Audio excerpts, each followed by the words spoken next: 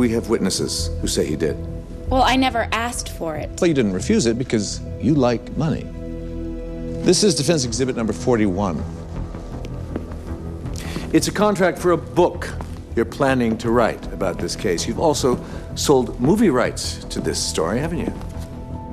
I'm telling the truth. But you didn't tell the jury about these contracts. You also didn't tell them. What you sold is a story that my client is a killer. When she's acquitted, your story will be worthless. Pretty good reason to lie. The tape, was that a lie too? There was a tape. Sam told me about it. He told you. Did you ever hear the tape? See the tape? Could you describe it for the court? No. You used Sam to get money while he was alive. And now that he's dead, you're still using him. Objection. Overruled. I am not lying. You only chose to come forward after you sold your story because you wanted publicity. If you sell more books, it means you get more money for drugs, since you're still using. That's a lie. Then take a drug test now. Objection. This witness is not on trial. Not yet. Perjury is still a crime, right? No further questions. I'm not lying. Karen killed Sam. He was gonna blow the whistle on her. That's why she did it. The concept of battered parent syndrome is much more complicated than your typical battered woman syndrome. How does the syndrome vary for parents with abusive children? For those parents, leaving isn't an option. It is deeply imprinted in a mother's psyche that she can never abandon her child. Her sole responsibility in this world is to care for that child and to love it. So Karen wasn't going to abandon Sam, no matter what he did to her. That's right. Like a battered spouse, she felt both physically and psychologically trapped. Killing Sam became her only option to avoid a very real perception that he was going to kill her. Thank you, Doctor. I imagine you've testified many times about this so-called battered parent syndrome.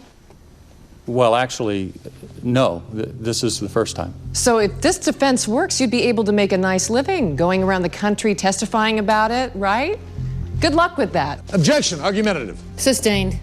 The reason this is the first time you've testified about this defense is because most parents don't kill their children. It's the most unnatural, evil act in the world. It is rare. In fact, it's so rare, this syndrome seems to only apply to her.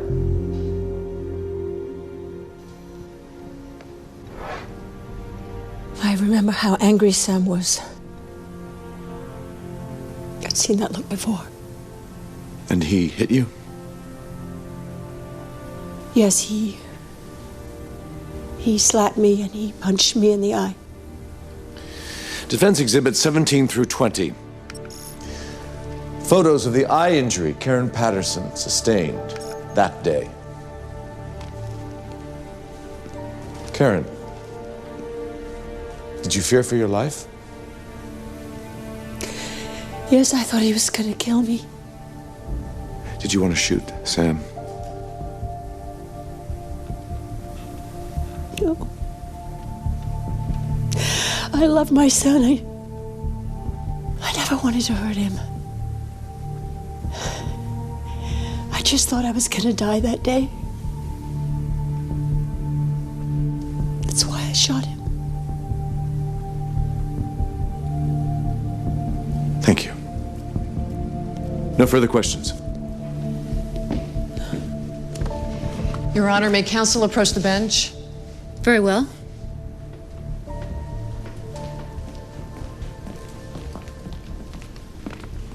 We want to cross-examine the witness at the scene of the crime. Her house? Why? Your Honor, this is a pretext.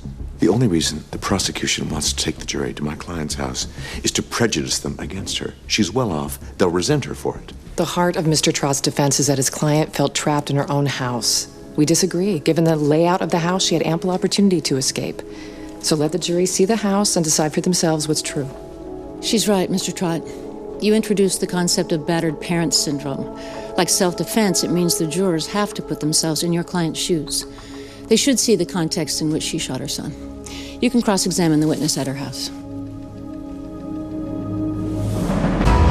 A crime scene becomes a courtroom scene today in Beverly Hills as Deputy DA Jennifer Reese is allowed to question murdering mom Karen Patterson at the very place where she shot her son. You claim you loved your son. I did love my son. But you never tried to escape, did you? I mean, if you loved your son as much as you say, wouldn't you have at least tried to leave? Wasn't that a less extreme measure than killing him? Instead of doing that, you chose to go upstairs to get your gun, didn't you? Yes, I got my gun. And then you walked down to the first floor and loaded your gun with bullets. Yes. And this is where you shot him. I had to shoot him. Really? Well, on your way to and from the gun, how many exits did you see? I don't know. I do. The jury does too. We just took a tour. I counted 5. 5 doors you could have used to run away. Isn't that right? Well, he would have hunted me down. I mean, he told me so many times before that he hunted you down. Look at this house. You had the money to go anywhere you wanted to seek whatever help you needed. Objection, argumentative. Sustained. You could have used any of the 6 phones in the house to call the police. They have guns too. But you didn't call them, did you? He'd been arrested before. He would have come back angrier than ever, and you didn't want the police here for other reasons, because you had drugs and drug money here. We've seen the documents. We know all about the accounts. You were dealing drugs, weren't you? I had to help Sam with that. He threatened to kill me. No. He threatened to tell the cops about you. Isn't that right? No. No further questions.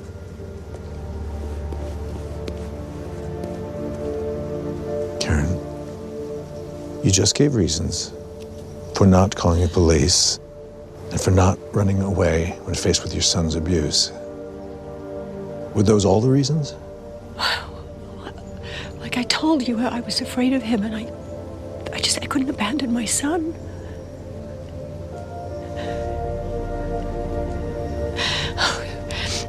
You're thinking, what kind of a mother could kill her own child?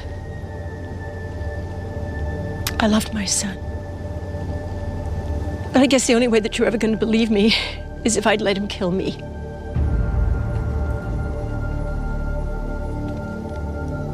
I wish I had.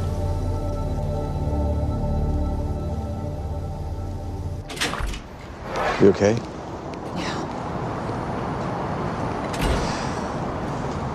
I wish I'd known more about other parts of your life.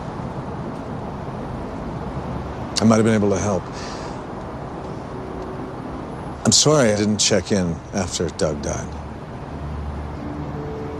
There's nothing for you to feel guilty about, Ron. I should have called you back. I didn't because I was with someone else, someone I ended up marrying. And divorcing.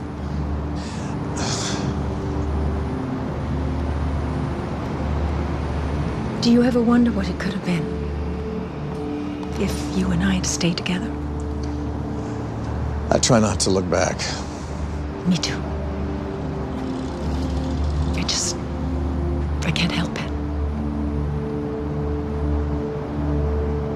I may have been able to save you from 3 marriages.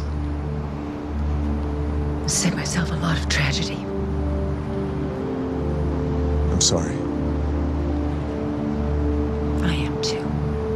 And when this is all over, maybe we can be together again.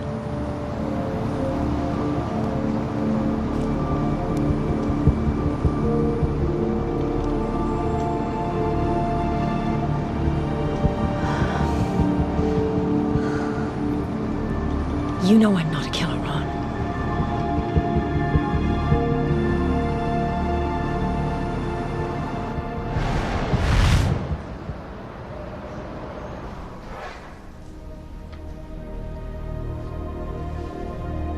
On the single count of murder in the first degree, as to defendant Karen Patterson, the jury finds the defendant guilty.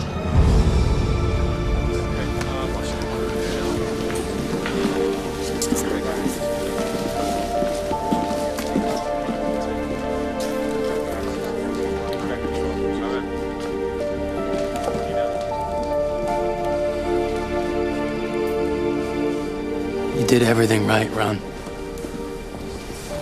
No matter how good you are, sometimes they just get convicted. I'm sorry, Ron. I know this one was personal.